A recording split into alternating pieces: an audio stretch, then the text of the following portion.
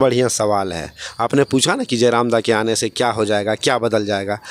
अगर उस समय मैंने एक फेसबुक पे पोस्ट किया था कि एक ना एक दिन ये नौजवान राज्य का प्रतिनिधित्व करेगा। हमारे बीच जो दादा हैं ये विपिन दा हैं जो राजधनवार विधानसभा से आते हैं, यहाँ पे काम करते हैं। तो हम जानने का प्रयास करते हैं कि टाइगर जयराम महतो और जेबी केसेस का जो लहर है झारखंड से निकलकर अब मुंबई से लेकर बेंगलोर की तरफ आ चुका है। दादा से सबसे पहले जानने की कोशिश करते हैं कि क्या कुछ मानसा के साथ ये बेंगलोर सीधे तौर पर जयराम जी को उतारने का सोच रहे हैं। दादा सबसे पहले जोहार, नमस्कार इस बेंगलोर की धरती से। आप सभी को जोहार, आपके सारे दर्शकों को मेरी ओर से शुभकामनाएं।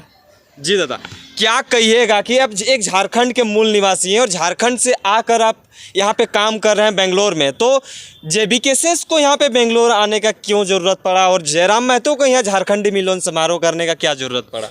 और देखिए, ज़रूरत ये है कि हम पहले यहाँ आए क्यों, हम क्यों यहाँ आए और इतने दिनों से हम यहाँ अपनी धरती झारखंड को छोड़कर अदर सिटी में जाकर के प्रवासी मजदूर बनकर क्यों काम कर रहे हैं। सबसे पहली बात ये। दूसरी बात, ये जो अभी जो टाइगर जयराम दादा का कार्यक्रम हुआ है उसमें देखिए हमारे कितने भाई आपस में मिले, एक एकत्रीकरण हुआ, लोग आपस में जाने पहचाने।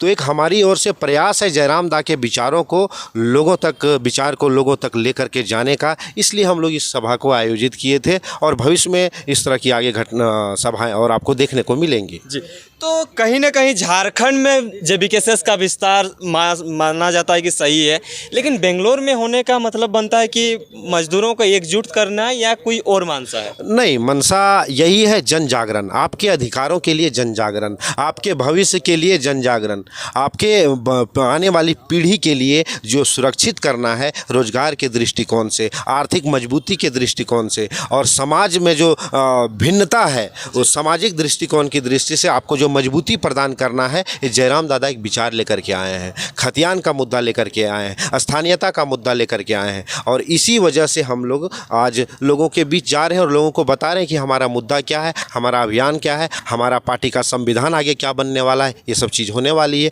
ताकि आपके और हमारे आने वाली जो पीढ़ी है ना उसको हम लोग संरक्षित कर सकें। हम लोग का मोटो ये है। अच्छा, क्या ही ना कहीं जिस जनसभा को आप संबोधित कर रहे थे, आप लोग मिलन समारोह कर रहे थे, तो उसमें कहीं ना कहीं तादाद संख्या में जो प्रवासी मजदूर जो है करने वाले लोग जो हैं अधिकतर देखने को मिले। हालांकि कुछ स्टैंडर्ड जो कुछ भी कंपनी वगैरह में अच्छे पोस्ट पे हैं वो भी देखने को मिले। तो अधिकतर जो है प्रवासी मजदूर होने का कारण क्या बनता है? प्रवासी मजदूर देखिए, गरीबी, पिछड़ापन।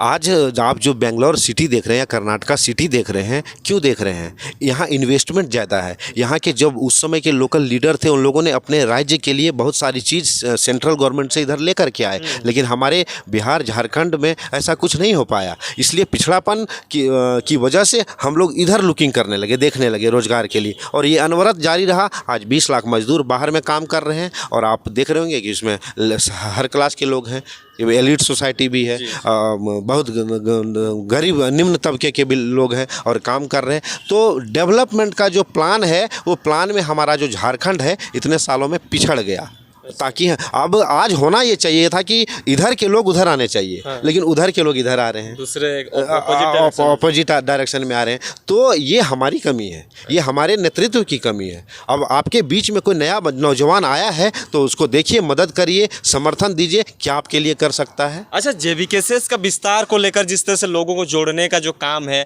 कहीं ना कहीं झारखंड में चल रहा है, लेकिन बेंगलोर में किस तरह से चल रहा है? बेंगलोर में देखिए हम लोगों का प्रवासी का ग्रुप अभी क्रिएट हुआ है, उसमें 300-350 लोग अभी जुड़े हैं और उम्मीद है धीरे धीरे जैसे विस्तार होगा। बहुत सारे कॉल अभी आपने देखा होगा, बहुत सारे कॉल आ रहे हैं लोगों को मिलने, कहाँ है टाइगर दा, मिलना है, ये है, सब फोटो सेशन भी हुआ और हम लोग इसको और धीरे धीरे एक मदद और मिलनसार के रूप में आगे लेकर के जाने का प्रयास करेंगे और निश्चित रूप से हमें इसमें सफलता मिलेगी, ऐसा मैं उम्मीद करता हूँ। अच्छा, जिस तरह से आप एक प्रतिष्ठित व्यक्ति हैं, तो जयराम महतो का भविष्य के बारे में क्या सोचते हैं आप?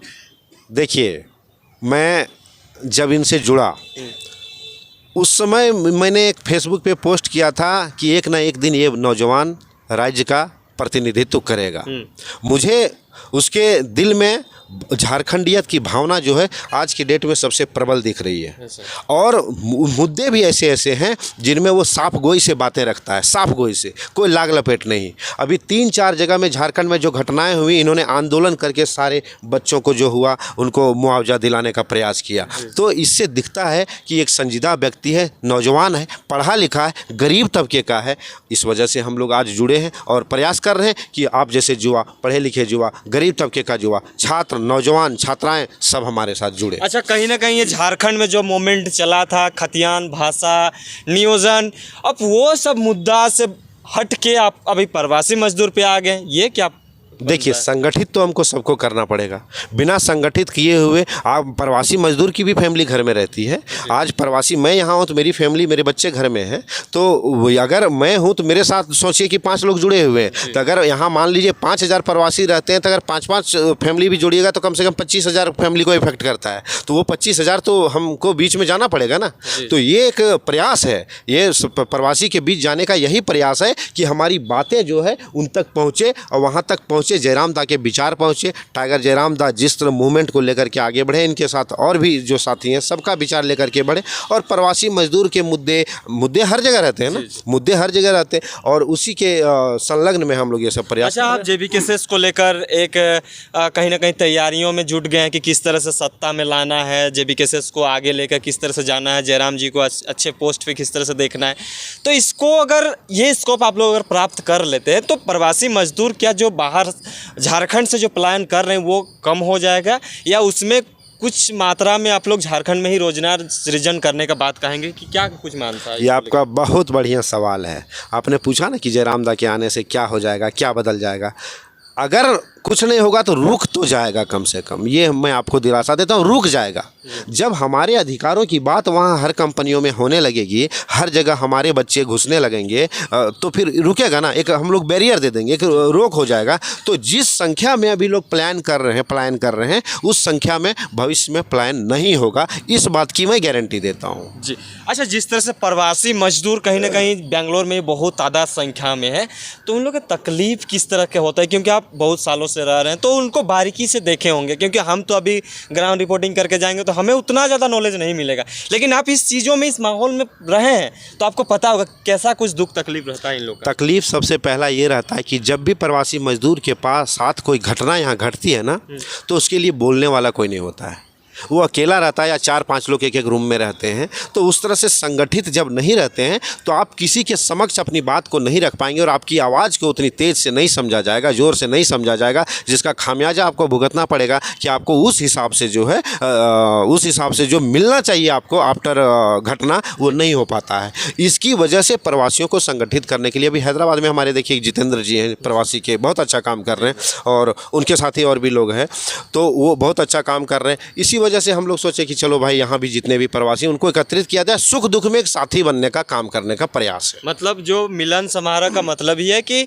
जो हमारा झारखंडियों का जो एकता है उसको एक स्थिर भाव से देखना और उसे रखना, यही आप लोगों का मानना है? 100%। अभी यही मैं बता रहा हूँ आपको घटना, जैसे जयराम दा वहाँ कर रहे थे आंदोलन करके मुआवजा दिलाए, ऐसे हमारे झारखंड एकता समाज के जितेंद्र भाई जी, जितेंद्र यादव जी, वो ऐसे ही सेम काम हैदराबाद में अपने झारखंडी भाई प्रवासियों के लिए, चाहे किसी भी बिरादरी का हो, सबके लिए कर रहे हैं और उनको अच्छा सफलता मिला है। अच्छा, झारखंड और बेंगलोर में क्या डिफरेंट पाता है? झारखंड में तो इतना ज़्यादा खनिज संपदा है, फिर बेंगलोर पलायन करना क्यों बनता है? अब झारखंड इतना परिपूर्ण प्रदेश है, प्रदेश होने के बावजूद भी झारखंड के लोग यहाँ आ रहे हैं, इसका जो फंडामेंटल जो चीज़ है वो क्या रह रहा है? देश का 40% हिस्सा जो है खनिज का झारखंड से आता है और पलायन बोले, मजदूरी बोले, गरीबी बोले, अब उसमें क्या हो रहा है कि जिस रिसोर्सेस के साथ सरकार को वहाँ काम करना चाहिए उस हिसाब से नहीं हो पाया। वहाँ देखिए ना कौन लोग काम कर रहे हैं, कौन वेंडर है, कौन बाहर से आकर के अतिक्रमण कर रहा है।